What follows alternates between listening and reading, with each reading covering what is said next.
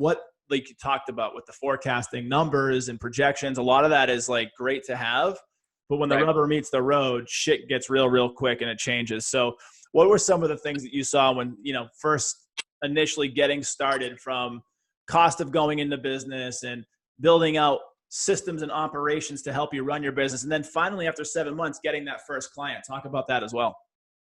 Yeah, no, that's a tough question. I think a lot of what entrepreneurs struggle with is, how do you bootstrap this thing? How do you get this thing moving? How do you finance it? Luckily for kind of me as well as my family, like, since I was 27, 26, 25, I was hyper focused on no debt, paying things off, and did a pretty good job throughout my career. So, fast forward to, I think I was 36 or so when I started my company. I was in a pretty good position to take on some risk because of all the work that I did prior.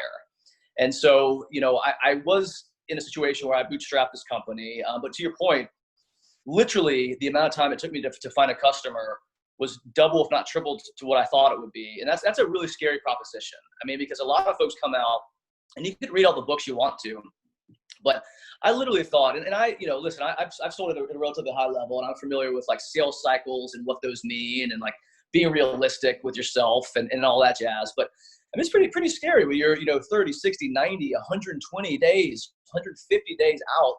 And, still there's not, you're having conversations all the time, but nothing's really materializing. I mean, that's scary. And so, I think that's where a lot of companies actually, or entrepreneurs fail, is because they think this is going to turn around in, a matter of a month or 2 months.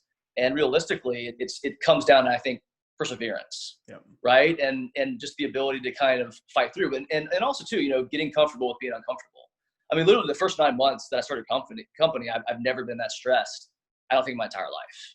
Now, it's a good stress, right? But anyways, getting back to the point at hand, there are a lot of costs associated. And I think it's one of those things where you can do all the forecasting you want to, but until you're actually in the trenches, it's hard to gauge what it's really going to take. And all businesses are different as well. Mine's a service-heavy business, and it's really heavily relationship-based. And so a lot of that time was creating relationships.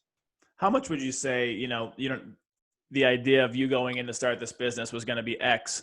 How many times more than that first initial figure did it cost you to actually get it to where it was up and running and where like the business was moving? Yeah, I'd say 3 to 5, so maybe 4 times. Yeah.